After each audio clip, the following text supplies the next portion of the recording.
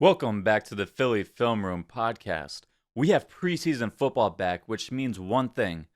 I no longer have to go back and continue reviewing the Eagles' collapse from the 2023 season. I mean, seriously, I think, just based on the preseason reviews, or excuse me, the season reviews we were doing from last year, there's probably a handful, maybe 5 people in the world that really watched as much film as I did on the Eagles' 2023 season. I'd be willing to bet I probably watched more film than even the coaches did. So, having said that, I'm ready to move on. But before we move on, we have a lot of players to discuss in this game. So, I want to kind of keep this moving. But before we move on, I think it's something that we need to say pretty much every time the season starts, whether that's the regular season or the preseason. Just remember, this is one sample size. This is one data point in the entire sample size that we as the fans get to see. So one preseason game, one play, or a handful of plays here or there, does it move the needle on who should be starting and who shouldn't be playing? Yes, of course, but it only moves it so much. We as fans haven't gotten to see everything that's gone on in practice and behind the scenes. We're just seeing a handful of plays on one particular Friday night, and then we're using that part of it to kind of guide our evaluations and our feelings for the team. But I think we need to remember to not blow things out of proportion off of one game in the preseason against a bunch of backups. So having said that, let's jump into the player conversations. And I don't want to bury the lead. I think you guys want to hear about Jeremiah Trotter, so let's jump in and talk about Jeremiah Trotter. Obviously, he seems to be the guy that came out of the preseason game with the most hype. And to be honest, you could kind of see this coming going into the game, and you knew this was going to be a factor all season, was the Jeremiah Trotter hype train. Just being a legacy pick, what his dad did here, being the best linebacker the Eagles have had this century. So I think people are really hoping that Jeremiah Trotter could step in, especially at a position where the Eagles typically haven't been very strong, or they haven't invested many resources. We're kind of looking for that savior, and I think people really feel like Trotter can be that guy. So looking at Trotter's game, I thought he had a few nice plays. Definitely had the one sack where it wasn't so much that he had a good pass rush. It was more so that he had good pass rush lane integrity where he didn't get washed out of the play and take himself out and give the quarterback a huge run lane to work with. But he stayed in the play. It was a secondary effort that allowed him to fall back and get the sack as the quarterback scrambled up in the pocket. So that was a nice play. He also had a nice play coming downhill, striking and knocking back an offensive lineman to get in on a tackle. I thought that play was impressive, just showing off his physicality and his toughness. There's another play where he filled tight downhill, taking on a pulling offensive lineman, and he really took the air out of the offense and pretty much ended the run just based on how quickly he came downhill and taking on the pulling blocker. I do think it's funny, though, the Twitterification of the world, really, where we kind of take the highlights and the lowlights and we kind of only focus on those and we kind of blow those out of proportion. So when you see that PFF dropped their grades and Jeremiah Trotter wasn't in the top 5 of the PFF defensive grades, people naturally went to say that, PFF is overrated. This is why PFF is shit. But they kind of overlook the fact that, did Jeremiah Trotter have nice plays? Absolutely. But there were some plays that show you that he's still a rookie. There's some plays that show you some potential reasons why he may have been a 5th-round pick. So we'll talk about those for a second. There was a couple plays. Number one, there's one play that I think stood out the most, and this kind of jumps into Ben Van Sumeren as well. There's a play where the offense motioned and the run strength switched, and you see Ben Van Sumeren and Jeremiah Trotter switch places. But you see that they didn't align properly in their gaps. They were aligned one gap to the wrong side. Ben Van Sumeren's trying to direct and tell Trotter he needs to bump over. Trotter doesn't recognize it. And then to make matters worse, the Ravens run a toss play to Trotter's side. Trotter dips underneath a wide receiver trying to block him, and he gets completely out-leveraged and the run hits outside of him. Now, Ben Van Sumeren really saved him here because he got all the way from the backside of the play to stop the run for any big gain, and there was a great play from Ben Van Sumeren to show his range sideline to sideline. There's a few plays where Trotter was definitely slow and not very physical coming downhill to fill the A gap on a couple occasions. really kind of got engulfed by the offensive lineman. But I think it was further exacerbated that he was just a step slow reading and reacting and getting downhill. If he had gotten downhill a little bit quicker, he probably wouldn't have had to come in and strike the blocker. But because he wasn't able to get downhill as quickly to be able to slip underneath the block of the offensive lineman, he then needed to be aggressive and be physical and strike through the blocker, but he didn't do that. He's more so putting himself in a position where he was absorbing contact and not delivering contact. And that's not something we want to see out of linebackers. This is definitely exacerbated when you kind of compare how he looked right next to Zach Bond on very, very similar plays, pretty much the same plays or the same responsibilities. And you see how quickly Zach Bond got downhill and was able to get past the offensive lineman to kind of cut the run off versus Trotter getting caught in the wash and allowing space for the run to bang up the middle. And on top of that, there's a couple other plays where he jumped into the wrong gap. There's another play in pass coverage where the play got extended a little bit. He starts fading to the flat, even though that's not his responsibility. And then the throw comes in right behind him or where he was supposed to be. So there's a few plays where you can still see why Trotter isn't the guy out there on the first team with the first team right now. That's not to say he can't get there at some point in time. I think we'll have to see some improved play by Trotter. I think we'll have to see some bad play from Bond or White. But I do think it's interesting right now. You know, it's when we were going through our player previews, I could already predict the countdown on when people were going to talk about Jeremiah Trotter starting over Nakobe Dean. I was just wrong about the player. Now it's Zach Bond. It seems to be we're on Zach Bond watch, and this is the player that we've chosen. We always choose a player every year. 2 years ago was Nakobe Dean over Kaiser White, but this is something we do every year. We kind of pick a player, especially a rookie, who we are enamored with and clamor for and start the countdown and say he needs to start from day one. And it seems that Jeremiah Trotter is that player this year. But I think we need to hold our horses a little bit. I want to see some more good plays stacked on top of each other. I want to see some of this stuff cleaned up before I'm just out there handing him the linebacker one job. So having said that, well, let's jump to Zach Bond because we do appear to be on Zach Bond watch. Now, similar to Trotter, he had some nice plays and he has some plays that he would like back. And the plays he'd like back really were the first two plays of the game. One play, he looked like, well, number one, there was a pass play where he just blew the coverage flat out. There was man coverage. He was supposed to take the running back to the flat. The motion confused him, and he missed the play. Next play, or it might have been the play before that, actually. There was a run play. He was filling downhill against a pulling guard. He looked like he filled a little bit too wide. Now, I think the bigger issue is that Jordan Davis kind of got washed out of the play and made the hole a little bit bigger than it should have been. But those two plays, you know, Bond would like to have back. But after that, he really started to settle in. And you could see why Fangio really has liked Bond from day one. His quickness to diagnose and fill downhill is quite impressive for a guy that wasn't a full-time linebacker for most of last year. We kind of highlighted that when I was comparing and contrasting his play with Jeremiah Trotter. But he's a guy that will play physical, and we saw this in the open practice as well in a couple plays. He has a good feel playing through blocks in traffic. And he also had a similar stop to Trotter's sack. It just wasn't technically a sack. It was very similar in that he was rushing the passer. He kind of got caught up on the offensive lineman, but he did a good job to not get washed out of the play. He held his ground, maintained his positioning, and then was able to fall back on the quarterback when they scrambled. A 3rd and 5 play, he stopped the quarterback for a 2-yard gain.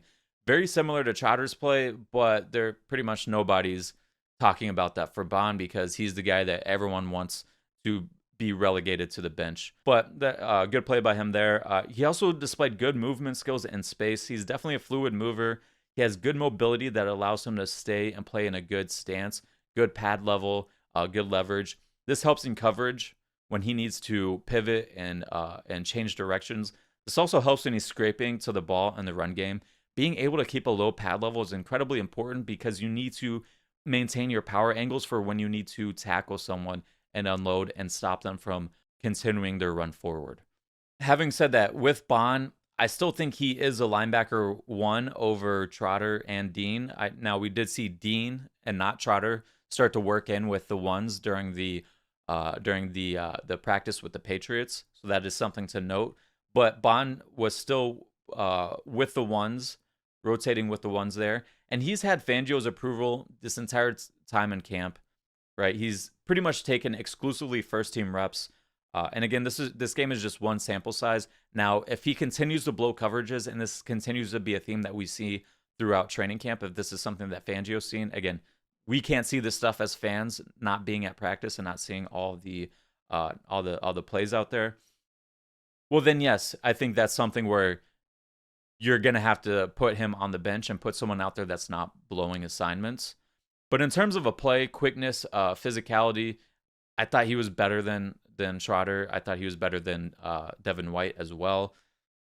I don't think Trotter did enough in one game and one sample size to say he needs to be starting over Bond.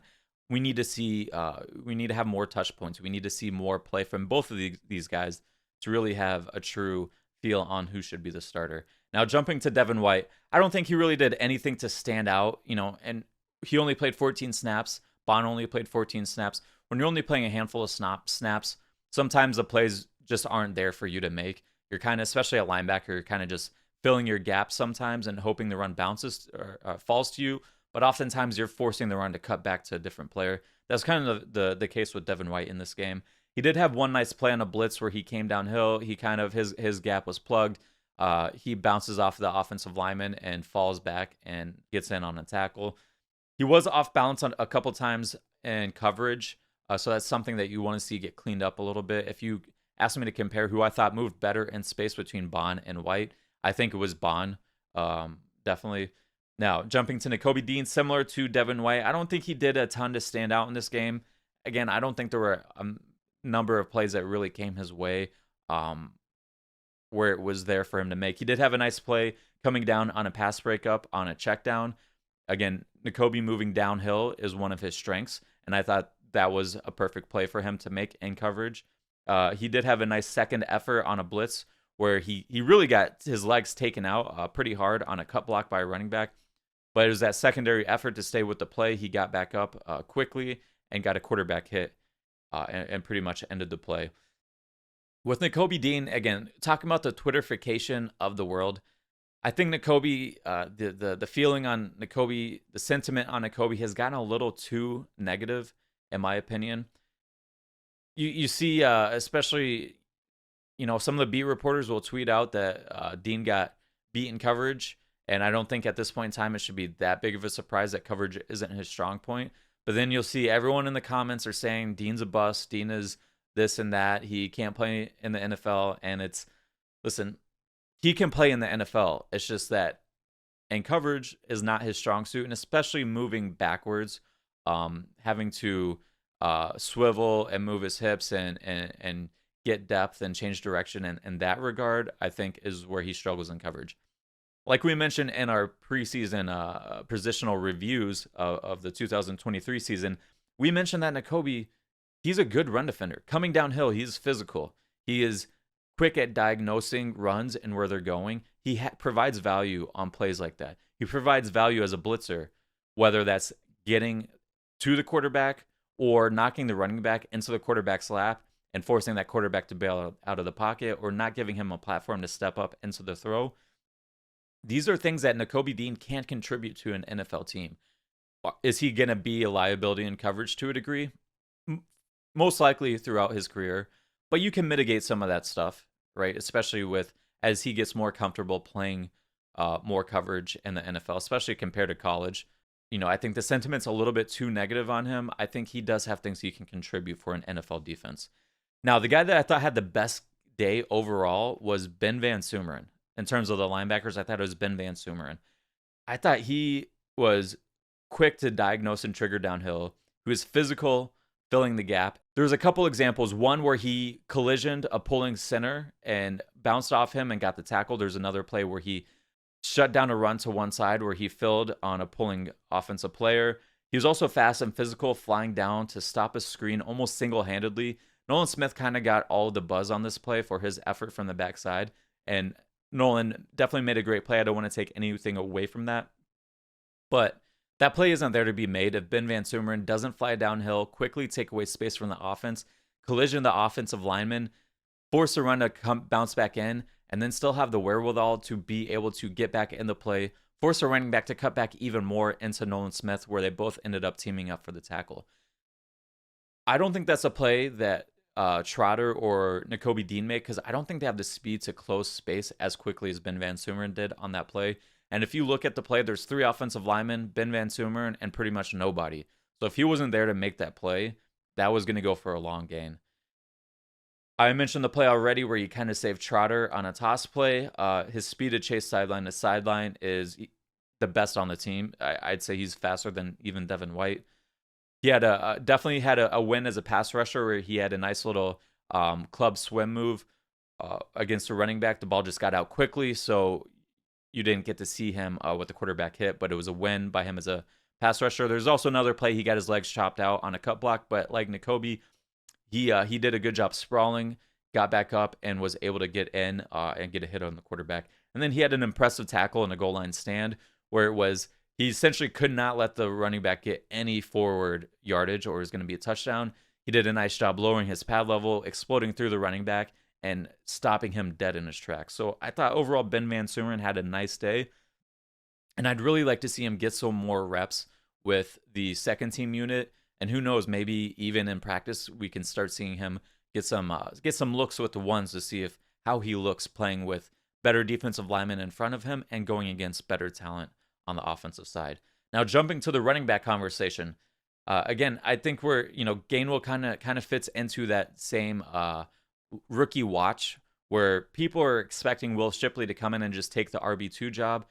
I don't think it's going to work out that way. I think Gainwell is pretty much locked in for the RB2 job, definitely early in the season. And when we talk about the RB2 job, I think we need to kind of understand what we're talking about here.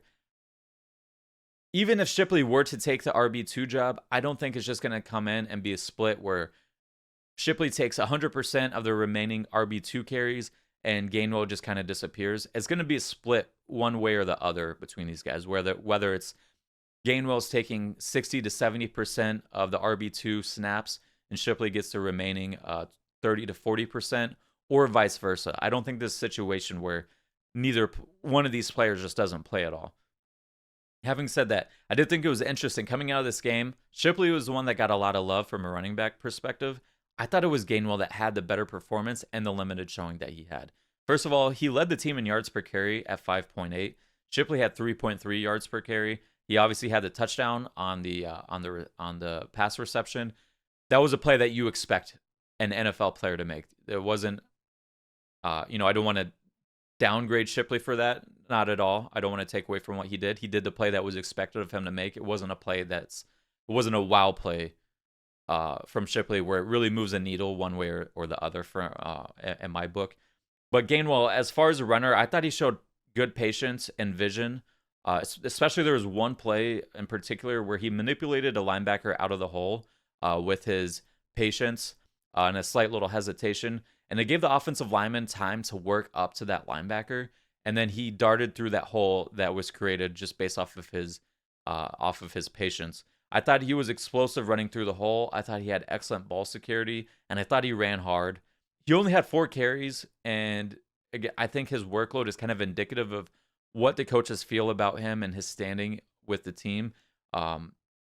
He was taken out midway through the second drive with about 8 minutes left in the first quarter. He didn't even get to finish out the drive with the rest of the offensive players that only played 2 drives. He was taken out pretty quickly. To me, that's signaling that the offensive coaches saw what they needed to see. Right? It was that play where he really set up the linebacker and exploded through the hole. Where right after that play, the coaches took him out. I think they saw what they needed to see from him. They know that he's going to be the guy that's probably going to be the RB2. Let's put this guy on ice and let's get Shipley out there. Shipley comes in next. And as a runner, I thought Shipley was about what I expected. Looking back on film, and anyone that saw our running back preview room, I think can kind of see the things what we saw from Shipley. I thought he had good vision, pacing, and burst through the hole. He had a similar run to Gainwell where it was his patience that manipulated the linebacker and again allowed the offensive lineman to work up to the linebacker that opened up a hole that he was able to dart through. Now, I will say he runs hard, but he does go down on contact early, and when we compare him with Kendall Milton in a minute, you'll really start to kind of see the difference, especially if you're watching on YouTube. You can kind of see the extra yardage that Milton is able to get compared to Shipley. But he does go down on contact a little bit quickly. The play I was talking about where he had good vision and patience to let the play develop, he was also brought down by an arm tackle from a linebacker that was getting blocked in the first place. That's one of those plays where you really expect and would hope to see a running back run through the arm tackle of the linebacker and then work his way up to the next defender. But the arm tackle really stopped Shipley's momentum and pretty much brought him down single-handedly. Now, having said that, ball security was one of the things I was paying attention to for Shipley coming into this game. I thought overall he did a good job. On the plays I was able to see how he was handling the ball, because some of these plays they kind of get lost in the shuffle with the offensive line and the defensive line. But on the plays I saw, you could tell he was trying to make sure he had two hands on the ball through contact. I do think, again, going back to that play we talked about where he's brought down by the arm tackle, this was an example of something that's going to be hard for running backs, right? When they are, when they're reacting and running on instincts, you kind of see their bad habits come out to play. And we saw on that play where he was brought down by the arm tackle that the ball ends up dipping low and it gets exposed. He's not keeping the 5 points of contact on the football. His hand, wrist, and forearm are all parallel with each other and with the ground. When you see that, you really want to see the hand above the wrist above the elbow, keeping that ball high and tight and tucked into your body. When that ball drops low, it's allowing a lot of room for the ball to get punched out. If the linebacker had just wrapped up Shipley just a hair lower, we could have been seeing a fumble instead of a tackle. But that's how ball security goes sometimes. So we do want to see him continue to improve. I don't think this is something that just flips overnight, especially, again, when your fight or flight instincts kick in, your habits that you've built up over years starts to play out. It's going to take some time to rewire that in his brain. Now, his pass blocking, I think this was the thing we were definitely looking and paying attention to the most, because I think that's the thing that can keep Shipley from starting day one or taking the RB2 day one is his pass blocking. I did think he had a good game as a pass blocking wise. The most popular clip going around is a play where he did a nice job coming across the ball and getting to a spot where he is able to pick up a blitzing linebacker. That took foot quickness, that took recognition to get across the formation, and not just get across the formation, but get enough distance from the quarterback so that when he did take a blow, it gives him space to gather himself and anchor and stop the rush. I thought there was another really good play by him, and I thought this play might have been even better just because of everything, his form and his technique that happened on this play. There was another good play where he stepped up on a blitzing linebacker. He had a good base, good hand placement. He mirrored the linebacker really well, and he took him out of the play, washed him inside, and allowed Kenny Pickett a place to step up. And then he had another good cut block on a play. It ultimately ended up in a sack because the defense brought one more than the offense could block. There wasn't a hot built into the play, and so Pickett ends up taking a sack. But a really good cut block from Shipley and pass protection as well. So I will say, in terms of his grades for the things I was concerned about, I would say the ball security, probably a B. I thought he did a really good job in pass protection. So we want to continue to see him stacking those reps. Again, a handful of reps in one preseason game is just that. It's a handful of reps in one preseason game. We want to continue to see him stack these reps on top of each other so we can feel confident that he can go out there and be a solid pass protector, especially when the competition level that he's facing goes up. So do I think he did anything to unseat Gainwell? No, I think he had a good game. But again, if he keeps stacking the good reps, we'll continue to see him eat into Gainwell's workload as the year goes on. Now, jumping to Kendall Milton. He was the last running back to come off the bench in this game. But in terms of the other two running backs, Ty Davis-Price and Lou Nichols, I thought they were fine. I don't think these are guys that need to make the roster. I think you can put them on the practice squad. I think you can cut them, bring them back on the practice squad. And if you really need to elevate on game day, you could. I don't think any of these guys are talents that are really stand out, and I don't think they did anything spectacular or special. Kendall Milton, though, you could really see his physicality start to shine. And I mentioned this before the game started, that he's really built for games and not practice, because during practice, you don't take guys to the ground. You are really thudding and wrapping up and then letting them go. You don't get to see from linebackers, safeties, running backs, do they make the tackle, or does a running back get out of these positions? Is he able to push the pile forward for several more yards when he does get into tight spaces? And Kendall Milton does that. I think he's my pick for RB4. I think the team should do some roster gymnastics to bring him, keep him on the initial 53 roster. If he drops down to the practice squad for the first few weeks of the year, where you can protect a handful of players from getting poached by other teams, I think that is a move, because he brings something that nobody on this team other than Saquon Barkley can bring as a runner, and he runs with a lot more strength and power than Gainwell or Shipley can. He ran through tackles, whether that there was one particular play where the Ravens defense did a nice job funneling the ball to the unblocked defender. They got exactly what they want, but Kendall Milton just ran right through a DB like he wasn't there, and he was able to keep his balance and be able to put on a cut for the next defender after that. Now he ends up getting taken down because he had to run through two players, but it was an impressive play from Milton. There was a number of plays where he would take linebackers for a ride. Even if linebackers ended up tackling him, he would pick them up and run with them for 3 yards. There was a number of plays too where there wasn't much available, right? He kind of just had to bang the run up in the A gap, but he ends up pushing the pile for another 4 to 5 more yards. When you compare how many yards he's getting through contact, and then you compare that with Shipley on similar plays and similar situations, Shipley's getting 1, maybe 2 more yards, whereas Kendall Milton's taking a 2nd and 5 play and converting it for a first down, even though he had 1 yard before contact. He's just pushing forward and creating more, getting more hidden yardage there. On top of his physicality, I thought he showed good patience and vision, good first step explosion, and at the end of the day, he averaged under 5 yards per carry, but that was really because of the 2-minute warning. After the 2-minute warning, the Ravens sold out to stop the run. They took their safeties out deep, dropped them in the box, and at that point in time, Milton had 3 carries for 4 yards. He still had some plays where he pushed forward for extra yardage, even though there really wasn't much there. And he had to make some moves in the backfield to get out of precarious positions. Before then, though, he averaged 5.8 yards on 6 carries.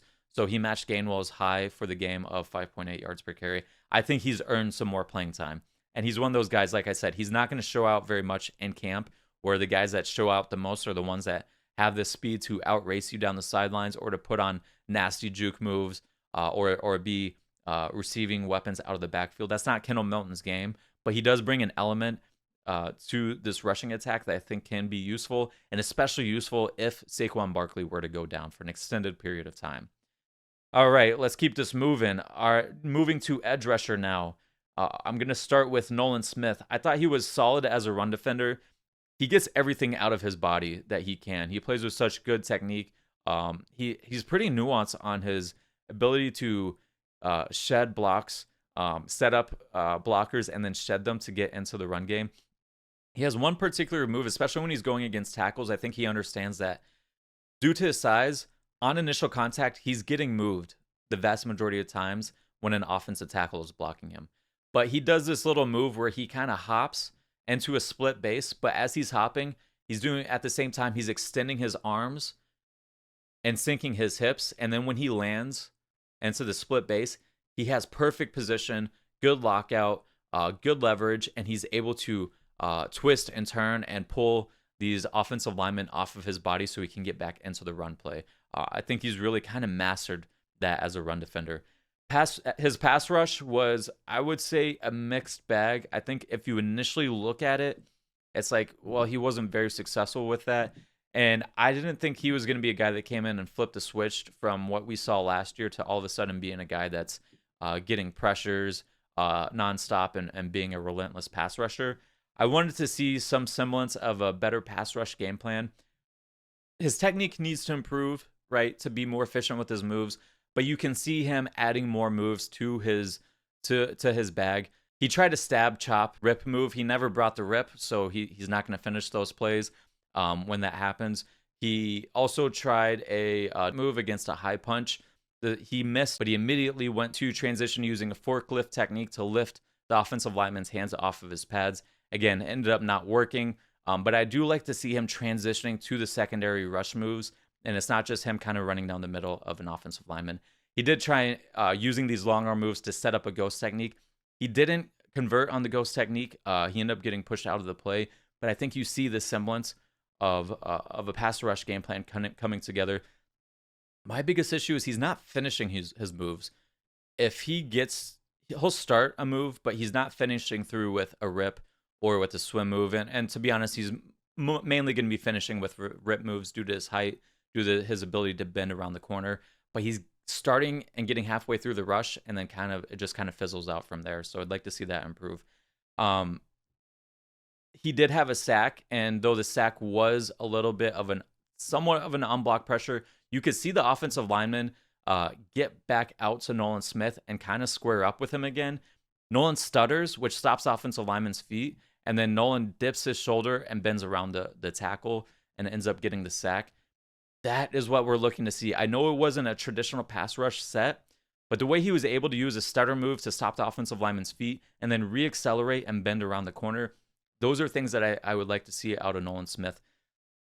He continues to try and use the long arm and long arm stab moves to set up his pass rush, but I think movement is what he's best at. Using stutter steps, using Euro steps to fake like you're going to counter inside so that you can soften the outside shoulder to make it a little easier to get around the edge. I think that's what his pass rush game plan should be built around, more so than trying to use these bull rush moves, these long arm moves. Yes, use the long arm here and there, but I don't think that should be his fastball, his go-to move to try and set up his curveball. And coverage, there was one nice play in the flat where he definitely was able to get out to the flat very quickly and helped turn a pass and set tackle for loss. So I think that was good to see. When he is asked to drop into coverage deeper down the field, you can tell he's not as comfortable moving through space. There's one play where he kind of gets off balance. He shuffles his feet, then they stop, and then he steps back underneath himself. He false steps, and then he starts leaning, and he gets caught. I didn't think he looked as good playing in space as Jalix Hunt. So this brings us to Jalix Hunt now. I thought he had good coverage skills, and you could really tell that he's played DB earlier in his career, just how comfortable he was moving in space, shuffling, moving laterally, playing with his hands. There was one play where he really rerouted and squeezed the seam route, and then he was a little late. I think he hung on to the seam route a little longer than he needed to. But you do see the change of direction ability because he squeezed the seam route and then got out to the hitch route, made the tackle for a stop. Now, I will say I'm going to throw up a play on YouTube. If you compare it to how Teron Jackson played the route, Teron Jackson, he rerouted them enough, but he didn't just continue running down the field with them. He got his eyes outside, saw that the receiver was converting his route to a hitch, and then he stopped getting depth and got in the passing window. That's what we want to see from Hunt going forward. But I thought his coverage skills were good playing out in space. The rest of his game, I will say is a work in progress. I think the biggest thing to take away from Jalix Hunt right now is that there were questions. Is he a guy that can play in the NFL just physically, right? I don't think the questions were too big. I think it was more so of a fact that we had only seen him play against low Division I level players, FCS level players. Would that translate to the NFL? I think he's definitely a guy that has the size, athleticism, and enough strength to hold up in the NFL. So that answered those questions in my mind. And again, from the tape, you could tell this was a guy that probably was going to have enough strength and athleticism to play in the NFL. So I don't think there's anything too surprising there. But his technique needs work. Number one, he just plays with a high pad level. Whether that's in run defense or as a pass rusher, he has to play with better pad level, or he is going to have a hard time holding his ground in the run game and getting any push on his rush moves as a pass rusher. There were times where there was one play in particular against a tight end. He really unloaded into the tight end, but then as he's unloading into the tight end, he stands straight up. He needs to continue maintaining good pad level, a good forward lean, a good hip level, continue to drive that tight end and compress the gap, and not just try and shove him and try and body him and think that's going to work in the NFL. You're going to have to play through the whistle. You can't just give a guy one shove and think that's going to be it. So he does need to get a little bit better in his run defense. I do think his length is a positive. It really helps him create space so that he can shed. But moving on to his pass rush, he exclusively used a bull rush in this game, which is fine for me to see from a rookie that is learning the ropes, especially playing a relatively new position for him. But again, with his pad level, he was consistently higher than the offensive lineman. You're not going to knock these offensive linemen back into the quarterback with a bull rush if your pad level is too high. His hat was oftentimes higher than the offensive lineman's hat. His hips were too high. If your hips are not lower than the player you're going with against, you're not going to have the leverage needed to collapse the pocket on a bull rush. Now, running stunts, I thought you can really see how he flashes running stunts, where his athleticism excels.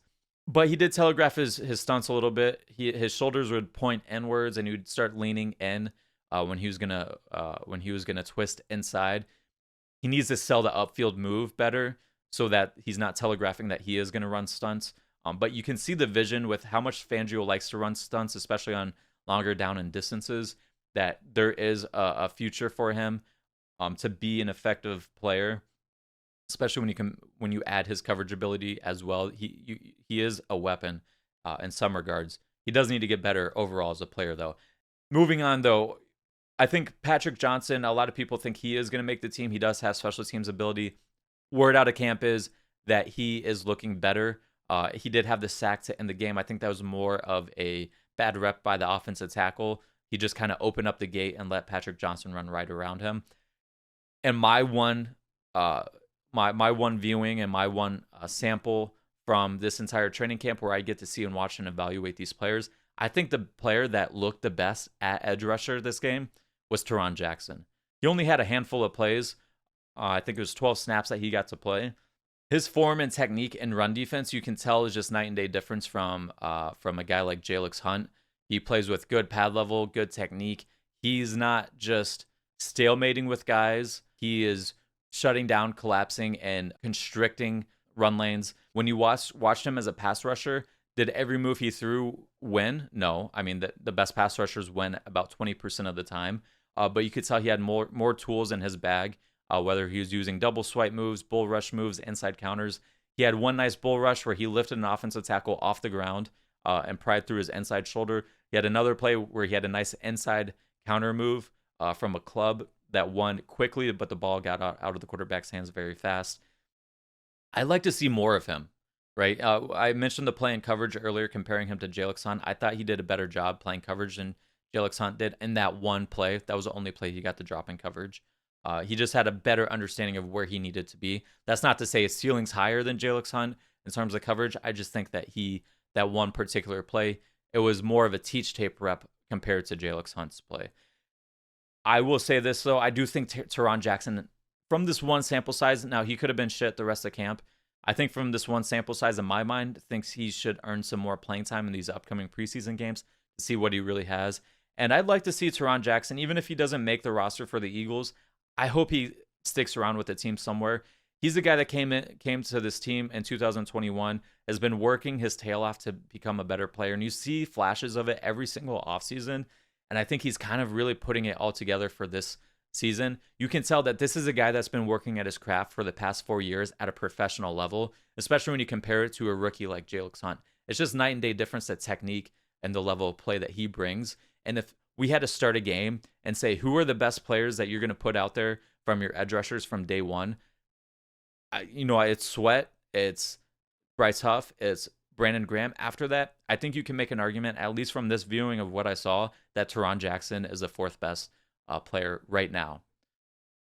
Now, moving on to receiver, after dropping that bit of a bombshell, I think people are a little panicked coming out of this game, and I think for good reason. I don't think any of these receivers really created a bunch of separation or did anything to wow anybody. Johnny Wilson had an okay performance. He had a good catch over the middle on a slant early to start the game. I think his frame and catch radius are huge, but at his size, it's going to be harder for him to get in and out of his routes as quickly as someone that's not 6'7". He does move well for a guy that is 6'7", but again, we're saying he moves well for a guy that's 6'7". That's still not the same as a guy that's 6 feet tall, 6'1", that can really sink his hips, drop, and change directions much more quickly. So I think that's going to be an issue that he struggles with for most of his career, is creating separation just with his quickness in and out of routes. Where I think he can win, though, is with using his size, his length, his body position, and his hand usage. Really using his size and his length to box out and create space, use his catch radius to make himself a friendly target for quarterbacks. I think his hand usage, in terms of using that length to keep DBs off of his body, and also using his arms to kind of frame and keep defenders away from his body, whether that's at the break point or whether that's trying to jostle for position on passes down the field. I think that's how he can win. But his hand usage was poor in this game. On the play against where Nate Wiggins might have held him a little bit. Flag wasn't called. You can't rely on the refs to call the penalty there. If you do, they're not going to call that flag more times than not. So on that play, I'd much rather see Johnny Wilson work to get Nate Wiggins' hands off of him before he goes to push him off, because Johnny Wilson was going to push off Nate Wiggins as well, but because Nate had a clamp on the back of his shoulder, when Johnny's pushing Wiggins away, he's just pushing himself closer to Wiggins because Wiggins had that clamp on the backside of his shoulder. Wilson needed to wipe Wiggins' hands away and get him off of his body so that he then can use his arms to kind of swim over and frame the defender away and create separation at that point in time. I thought that play was an example where his hand usage needs to get better. There was another play later in the game where he lets a DB into his chest pretty easily. Because he has long arms, that can be a bit of a detriment, especially if he has bad hand carriage where his hands are down by his hips or down by his knees and he's keeping his chest open. I do think needs to be a guy that plays with his hands a little tighter to his frame, because when you're trying to throw a looping punch, a looping strike like that with arms that long, it's going to take a little bit more time to get there. So if you're trying to throw looping strikes at a guy that's using a jab and hitting you quickly in his chest, the jab is always going to be quicker than a hook. So I think there are times where he needs to play a little tighter with his hands to his core so that he can kind of swipe and keep DB's hands away from him. Just due to the fact that he is 6'7", whenever I played against guys that were taller and bigger, I actually preferred that because there's more surface area for me to grab onto and for me to hit. It was a short, shifty, fast guys that I thought were toughest to guard because it's just hard to get your hands on those guys. So I thought, to me, it was easier to get hands on bigger guys. But so that's the thing for Johnny Wilson that he's going to have to focus on, is using his hands better to create separation, whether that's at the release right off the line of scrimmage or at the break point at the top of his routes. I do think he is a guy that I think we are freaking out a little bit about the wide receiver 3 position.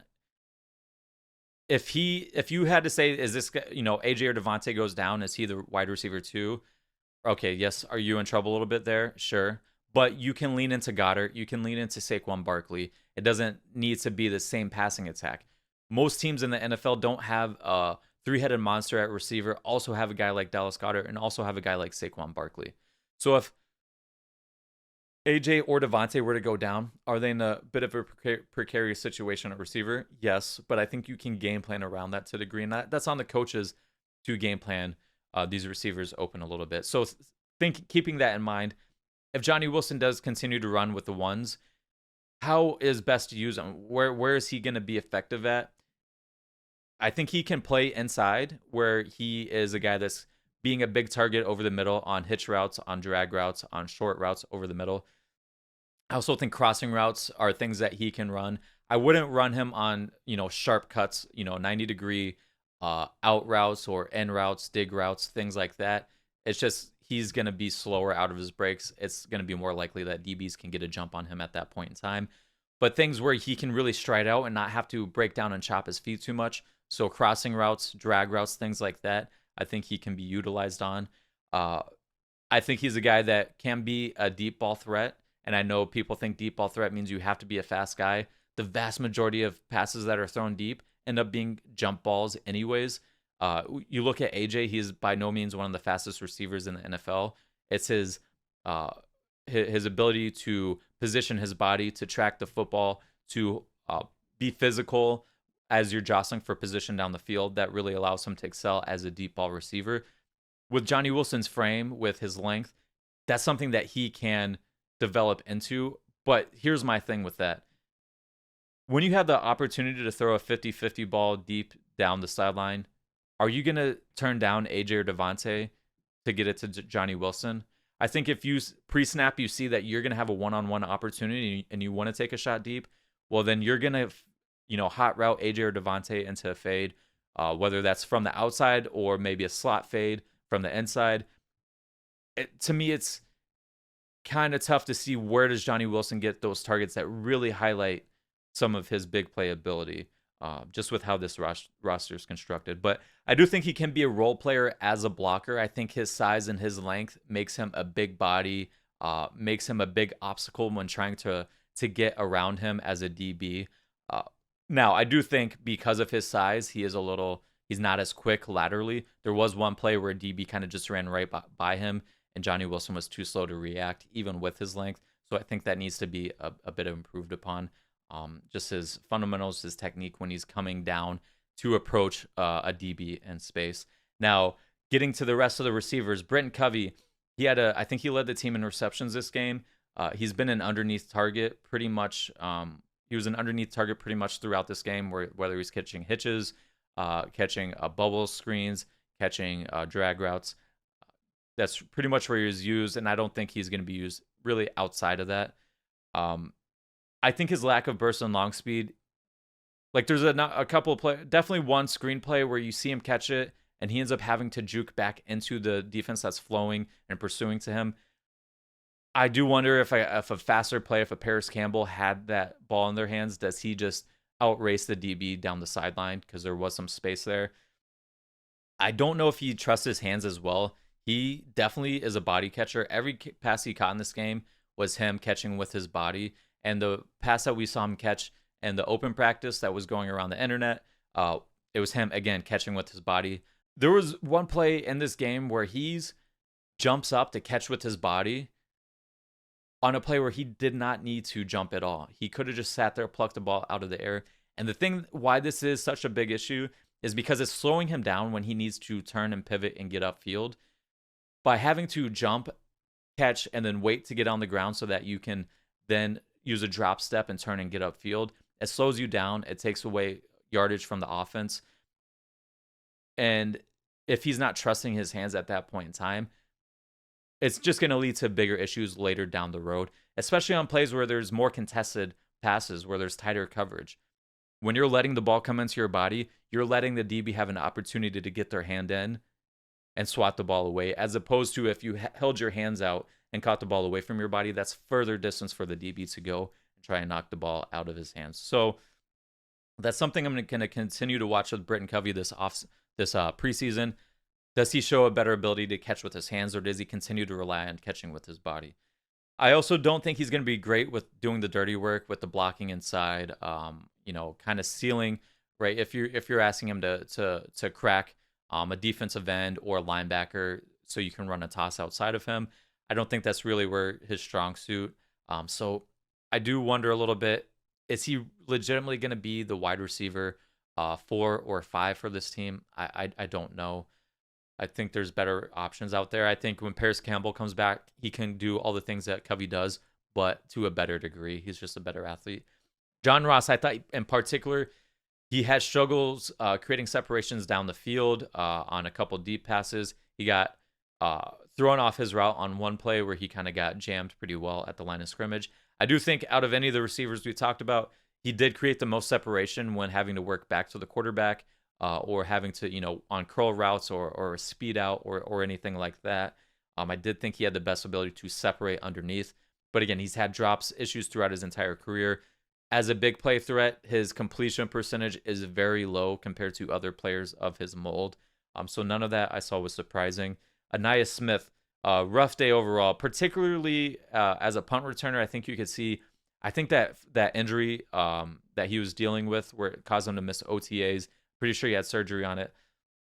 I think it's caused him to lose a little juice right now. I don't know if that's a permanent thing. This isn't a debilitating injury. I think it's one of those things where when you're dealing with rehabbing an injury, you're not getting better as a player. You're getting healthy so that you can then go back and really attack your workouts and attack your conditioning and your strength work much better. If you're conditioning, you're not able to do that, especially a lower body injury like a shin injury.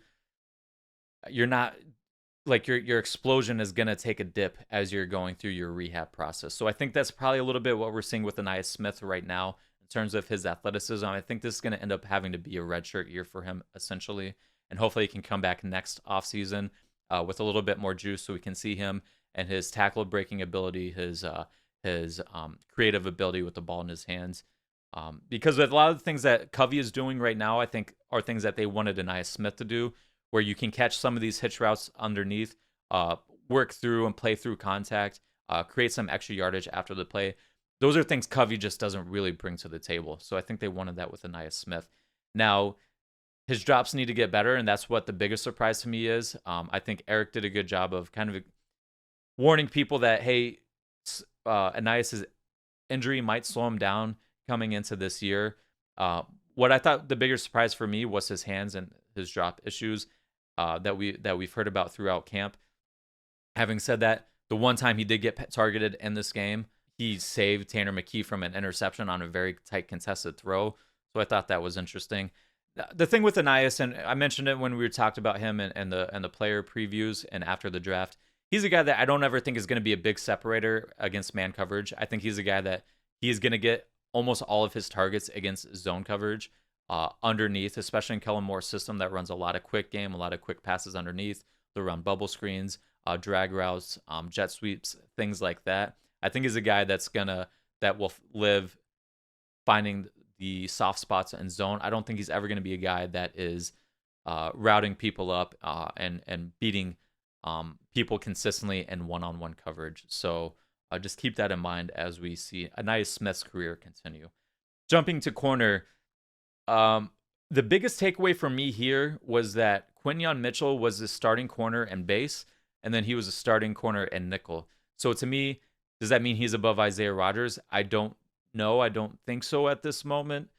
But it's clear that he's above Kelee Ringo in the pecking order. Now, jumping into the play, I thought Ringo played really well.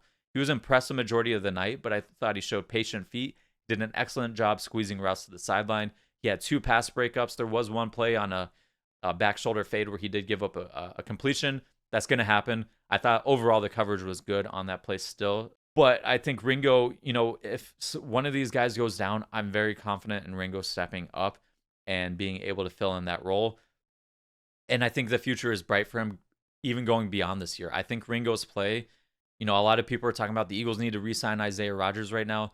I think Ringo's play is I think it gives you confidence that they're going to let Rodgers go, especially because it's going to be extremely expensive to keep a corner, especially a good corner on the roster.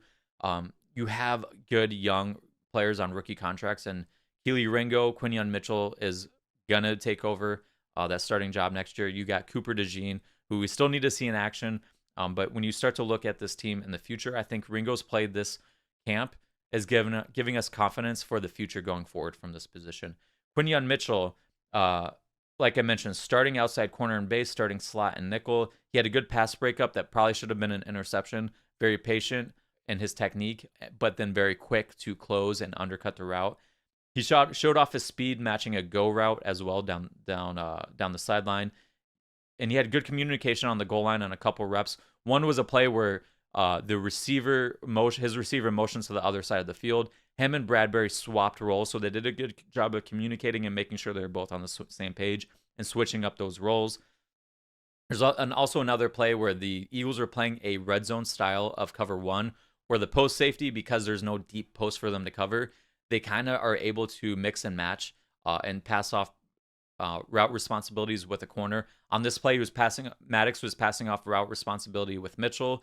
As soon as the slot receiver broke on the inside, Mitchell did a good job passing the route off to Maddox, and then he sat in the middle of the field. And he really saved a touchdown because on that play, Devin White was out of position. But because of Mitchell's presence on the goal line, the pass was not thrown, and ultimately the play ended up as a negative.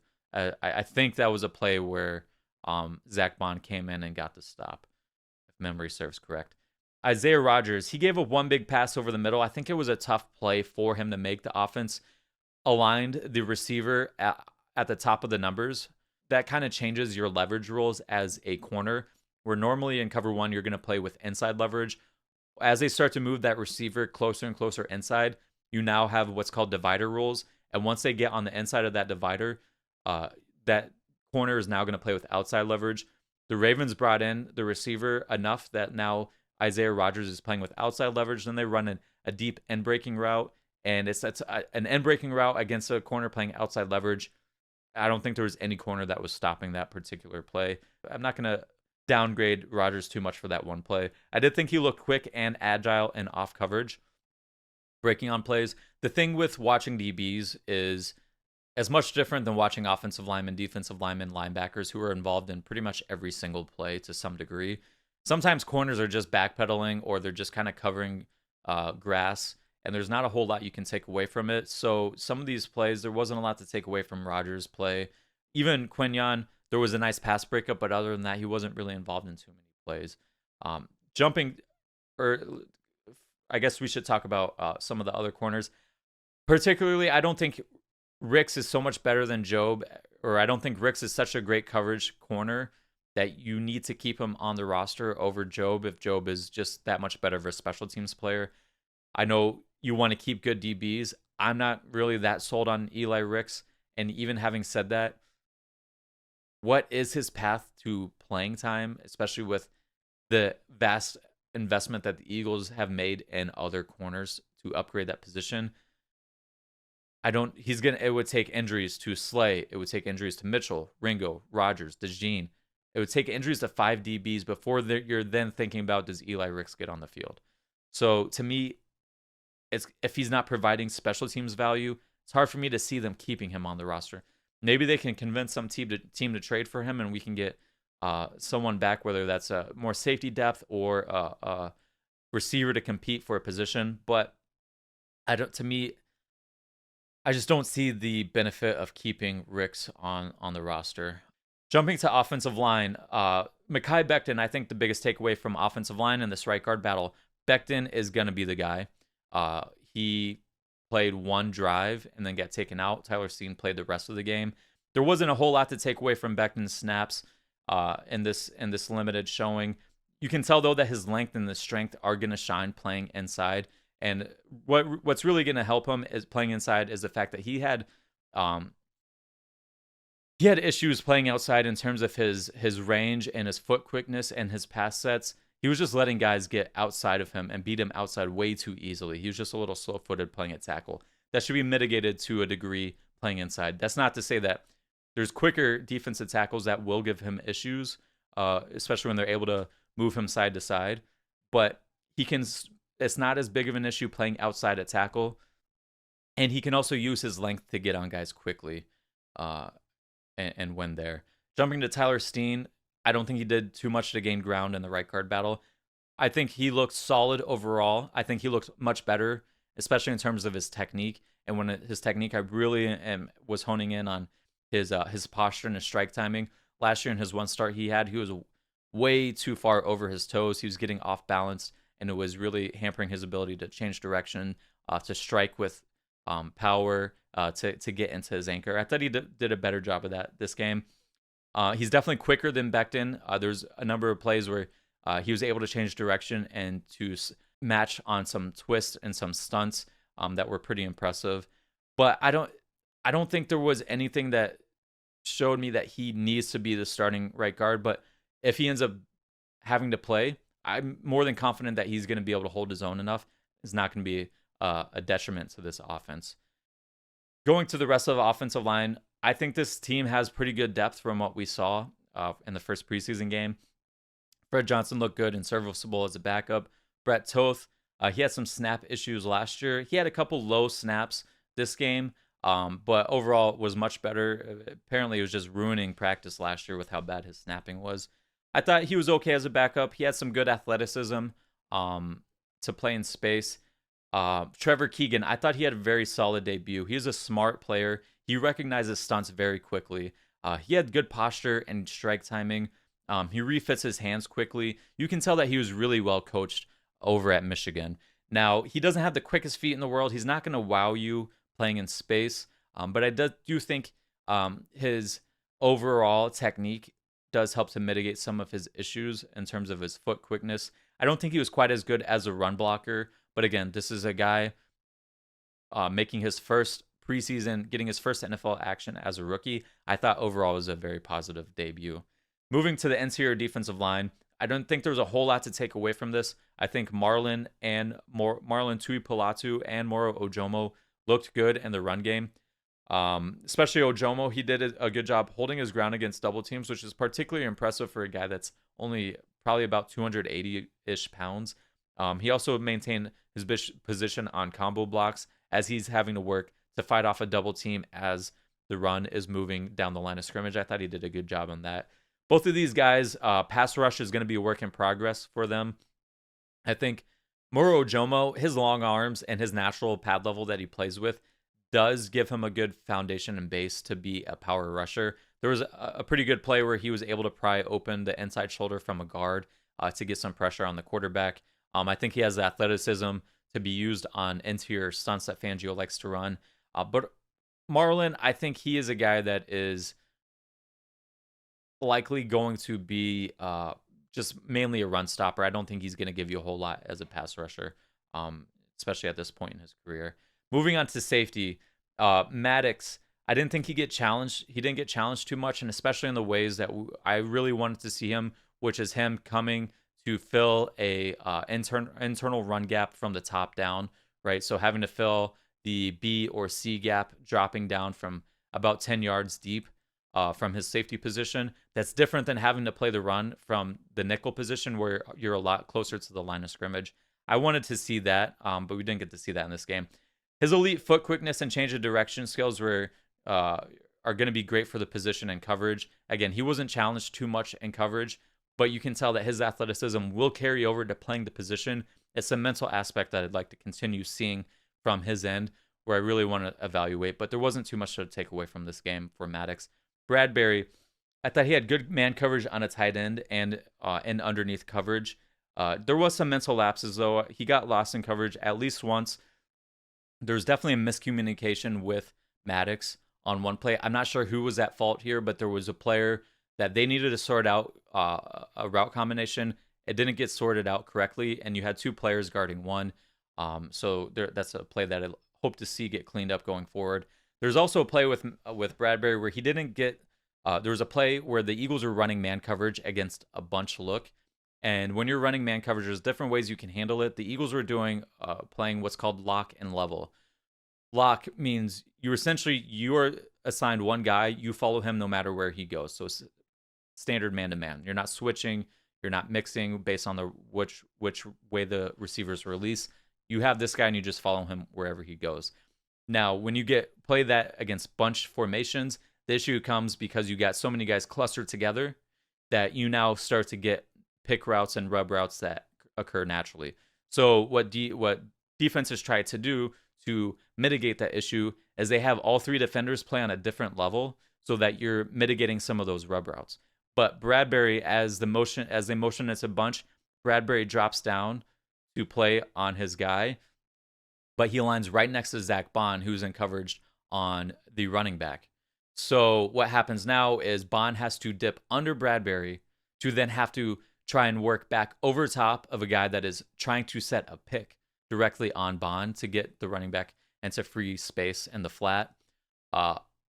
That's too much to ask of one player, of Zach Bond at that position. Bradbury needed to get up and press on the line of scrimmage so that you saw three different levels from the players playing the three players in this bunch. And thinking back to, I'm pretty sure it was a dirty bunch where it was two receivers stacked, but they're stacked tight to the line of scrimmage with the running back in the backfield. That's essentially a bunch formation. You got all the same bunch actions out of that formation. So that was one play I in the future I'd hope to see Bradbury get a little bit better, where he recognizes, hey, as the safety in this position, I need to go and press up on the point man in the bunch. There were plays where he had good communications. Other times we talked about the play with Mitchell in the goal line where they communicated and switched off the motion correctly. There was a play with Maddox where there was a motion. Maddox was telling Bradbury he needs to drop down on the other side. Bradbury was like, no, that's you are the one that needs to drop down and play in the underneath coverage. I'm rotating to the post. They got that sorted out correctly, so he did a good job there. And so I'll continue to watch Bradbury as the preseason games continue. Again, with DBs, sometimes you need to get 4, 5, 6 games in before you can really tell what this player can do, because a lot of times they're kind of just backpedaling, covering grass. Now, the guy that I thought was most impressive from the safeties in this game was Tristan McCollum. And honestly, he's a guy that, if it wasn't for contract reasons, I would say that Tristan McCollum should be the safety over Bradbury. And I think he probably should be the safety, a safety over Maddox at this point as well. I thought he was very active. He was very aware of what and alert of what was going on in the field. He played fast, he played physical, and he was around the ball all the time. You could tell he was in tune with what the defense needed. He was communicating really well. There was a play where he recognized an open receiver on the other side of the field after Trotter got out of position and after Bradbury kind of got lost in coverage and just kind of drifted back. From the other side of the field, he recognized that there was a breakdown in the defense, and he got on his horse and got all the way across the field to help shut down a play and force an incomplete pass. I thought that was a really impressive play. He was good in man coverage. He was good in zone coverage.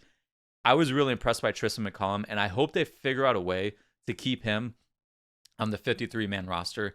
Now, I think he's probably going to be a guy that is someone that you could probably drop into the cut and bring back on the practice squad, and he'll probably make it through waivers. But I was pretty impressed with McCollum. Jumping to quarterbacks, I'm not going to touch too much on the quarterbacks. Neither one looked great overall. Completion percentages were very low for both these guys, but I think there's a number of things that are working against them. Number one, the receivers that they're working with, not very good. They're not creating separation. Offensive game plan was very static. It was a lot of the plays that the Eagles ran last year were plays that they were running this year. Hardly any motion, hardly any, exotic formations to kind of make the game easier for the quarterbacks. They weren't really asked to push the ball down the field much. A lot of curl routes, a lot of slants, a lot of hitch routes, a lot of underneath passing concepts. There wasn't a lot to really take away from this. I do think Kenny Pickett, what I was looking for was how was his accuracy going to be. Unfortunately, we weren't able to release a quarterback preview video yet. But one of my concerns with Kenny Pickett is he sailed a lot of passes high. Accuracy was my biggest issue with Kenny Pickett last year. I thought he actually got through his progressions pretty quickly, but he just wasn't all that accurate with the ball. And particularly, he would miss a lot of passes high. We saw that with Johnny Wilson this year. I don't think his mechanics got fixed over the year. So to me, that is a slight concern for the Eagles and their backup quarterback search. But as backup quarterbacks go, I think people have this feeling that there's just a bunch of good quarterbacks walking around Earth. That's not the case. Most quarterbacks are not very good. There's not even enough good quarterbacks to fill out the 32 starting units. There's definitely not going to be a bunch of good backup quarterbacks walking around. In terms of backup quarterbacks, Kenny Pickett's going to be about the top of the line that you're going to get. Do I think Tanner McKee? I think Tanner McKee deserves some looks with the second team unit as well. But I don't think McKee is some talent that just has to be the QB2 as well. I still think it's an open battle. I think Pickett has the lead and is probably going to be the quarterback 2 when it's all said and done. But I do want to see how this develops as the rest of the preseason games goes on. Quarterback is the hardest position in football, especially when you're coming into a new system, new coordinator, new team.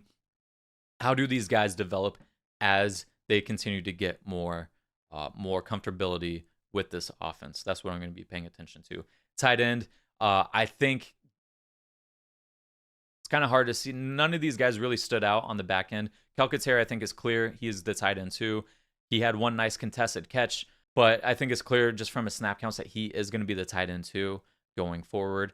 Uzoma and Albert O didn't really stand out. Albert O in particular, there was a play where he just did not do a good job at the release point and kind of got pressed, and it threw off the timing of the route. He also had another pass where he dropped. Contested pass, but it's a catch that you really want to see tight ends make.